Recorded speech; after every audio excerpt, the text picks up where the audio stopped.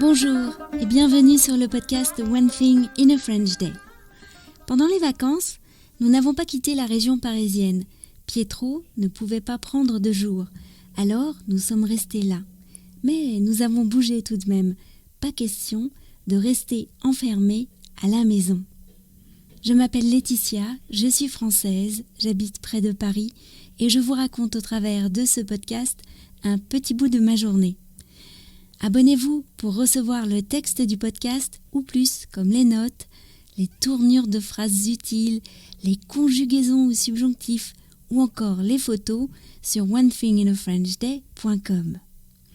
Aujourd'hui, vendredi 5 mars 2021, cet épisode, le numéro 1960, s'intitule « Balade à Paris, Pierrefonds, Saint-Michel, le Fournil de Pigalle, Coty ».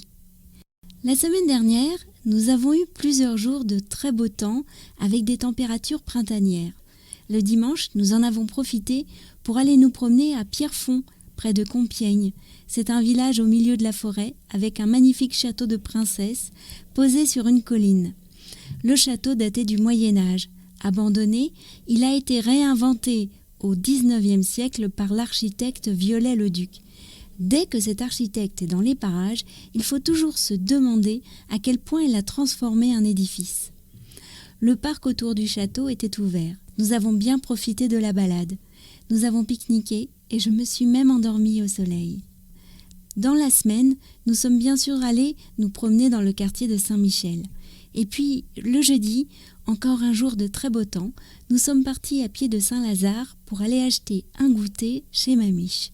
Il suffit que je rappelle aux filles que c'est là que l'on trouve les choux à la vanille pour qu'elles soient tout à coup motivées par la promenade. Malheureusement, Mamiche était fermée.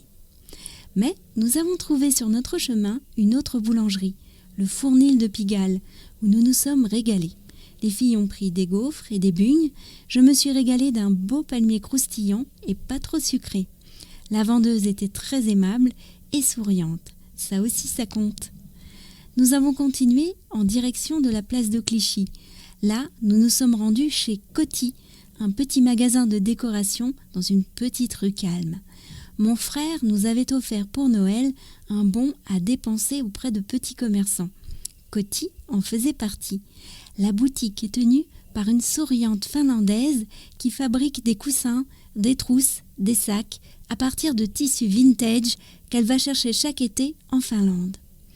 Nous avons choisi un beau coussin et une série de 3 poissons en tissu qui sont devenus les meilleurs amis de Lisa. La pêche de ce bel après-midi a été plus que bonne. One Thing in a French Day, c'est fini pour aujourd'hui. Je vous retrouve lundi pour un nouvel épisode du podcast. Je vous souhaite à tous de passer un très bon week-end. À bientôt. Au revoir.